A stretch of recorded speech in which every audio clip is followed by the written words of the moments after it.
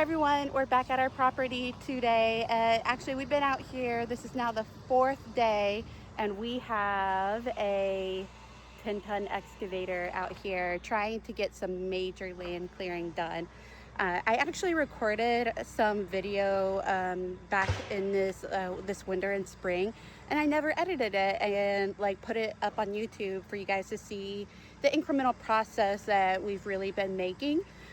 But you know, there's just not a lot of work that we could get done on just weekends and when we have a toddler running around. We do have our Massey Ferguson tractor, but we also have a mini excavator. I think it's a 1 ton, I think so. And so, you know, we've been chipping away. We've been making a little bit of progress here and there, but we have now submitted for permit and we have approved septic plans. We can start drilling our well, but that means that we really needed to be making some serious progress here. We need to be able to get our driveway in so large equipment could come in without sinking in the mud.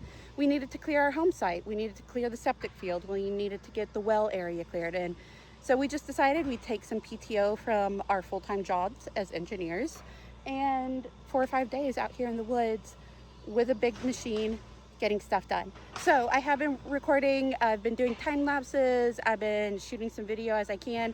You know, there's been some weather. We've been rained out.